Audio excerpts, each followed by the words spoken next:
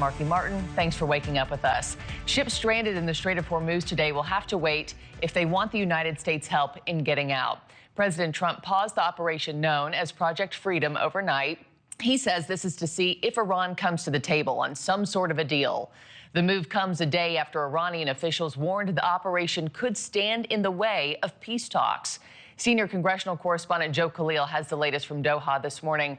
Joe, the president says there's progress in peace talks with Iran this morning. How so? Yeah, it's like night and day from when we spoke last, Marky.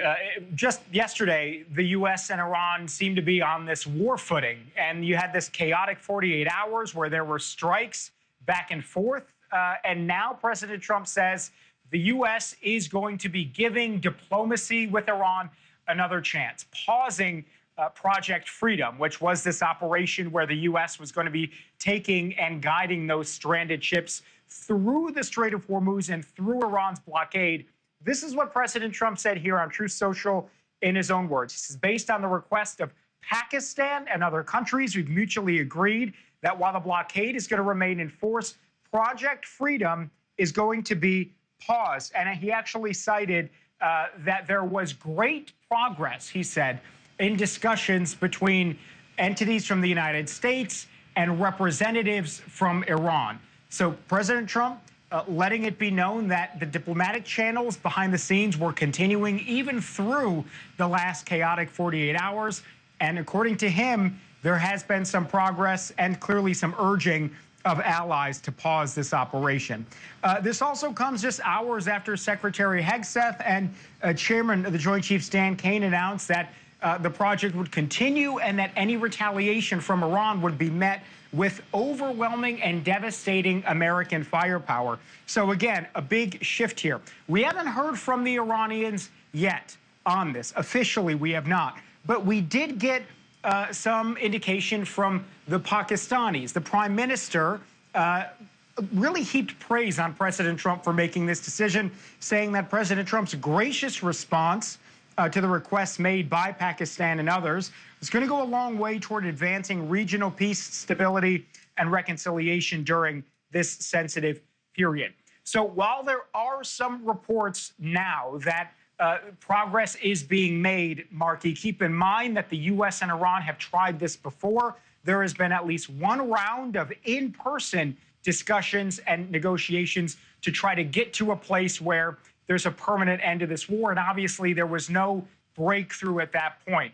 So we will see. That's really what we're looking for today, is if there is a breakthrough. So also just add that as we speak, there are Iranian elements, including the foreign minister, in China right now, meeting with the CCP, and some reports that China also is urging a return to the negotiating table.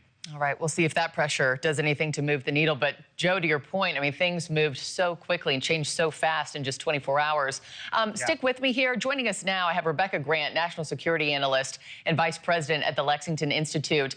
Rebecca, good morning to you. Just for starters, I'm curious what this pause in this operation gets us and how it realistically brings Iran back to the table when our blockade is still in place.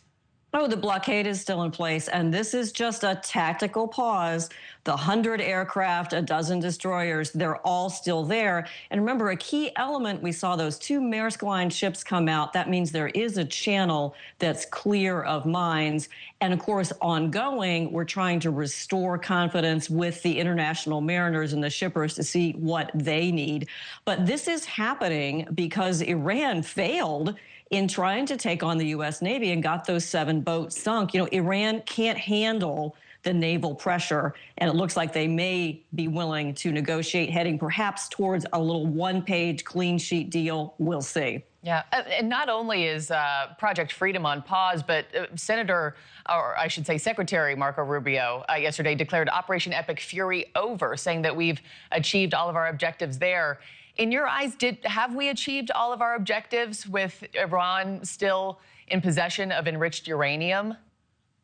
Well, I want that uranium accounted for as well. But in terms of the military operation, remember the key was to take away Iran's power projection capabilities. And so our destruction of their missiles, drones, defense industrial base, and their Navy, absolutely, we've achieved an incredible amount, taken down their air defenses. They're not going to be able to power, project, or build that missile shield again that Secretary Rubio had talked about. I think that's what he was referring to. And let me play some sound from him yesterday from Rubio, just echoing other top officials in saying that there's not a war underway at the moment. Take a listen. We'll shoot down drones, we'll shoot down missiles, but it's defensive in nature. This is defensive. So if you hear stories about attacks and launching of firing back and forth, it's not back and forth. We are only responding if attacked first. This is a defensive operation. Yeah, Iran attacking the UAE again on Tuesday. Rebecca, I'm curious what you think that threshold is, because we heard Hegseth and General Kane yesterday say, it seems like Iran is grasping at straws. They call it low-level kinetics. At what point do these attacks add up to needing to restart combat? Well, whenever Admiral Cooper says that they have to, but I think, first of all, Secretary Rubio did great yesterday, and he and Secretary Hegseth, General Kane have made it really clear we're going to toe the line on the ceasefire, and we can do that because we've got the preponderance of military power, and they want these negotiations to go forward. But yeah, they can turn this back on anytime they want to, but right now they're very carefully walking the line, keeping that ceasefire, but they will shoot back if they need to. Yeah.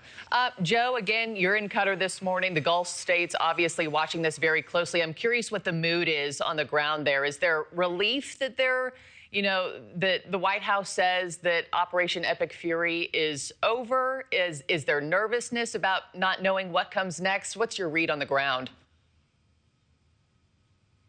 I think nervousness is the most accurate way to describe what we're seeing here in the region. We know that in the UAE, they were really receiving the brunt of Iranian strikes, missile attacks, and their attack again on Fujairah, that major oil hub. There were, several reports, and I've been talking to people I met in the UAE who told me that, schools had been closed over the last day or so, which, again, hadn't happened since the beginning of the war, out of fear, an abundance of caution that there could be an escalation.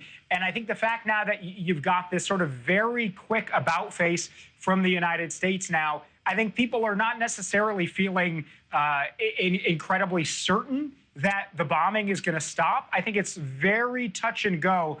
And you can imagine if you live there and you've got kids in schools and you're going to work every day, and one day there are missiles incoming and the next day they're off, it's not exactly a stable situation. So there is some anxiety. I think there's some maybe cautious optimism that this time might be the time that ends the war.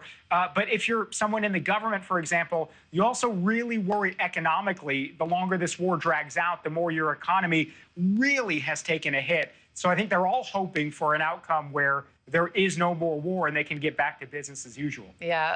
Rebecca, if escalation happens and if potential peace talks fall through again in the next week or two, what do you think the United States actually does? What do you hope they do? And obviously, we still have, more than 15,000 troops in the region. What are the options left on the table for us?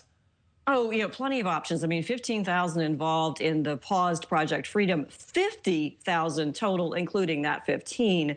But, Joe is right. There's a lot of nervousness, not least with the international shippers.